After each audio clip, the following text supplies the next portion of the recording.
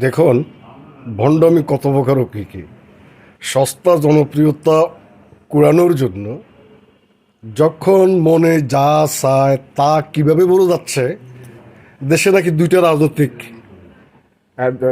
দুইটা দেশপ্রেমিক শক্তি, একটা স্বাধীনতা বিরোধী আর একটা সেনাবাহিনী। কার সাথে কারা কাদেরকে মিলায়? আর রাজনৈতিক দলের সাথে সেনাবাহিনী আসে কেন, মিলবে কেন? সেনাবাহিনী আমাদের দেশপ্রেমিক একটা বাহিনী, রাজনৈতিক দল নয়। তাদেরকে রাজনৈতিক দলের সাথে আনা এটা কত বড় ভণ্ডামি। তারপর দেশপ্রেমিক একটাই মাত্র দল, তারা কত বড় নির্লজ্জ ভণ্ডামি।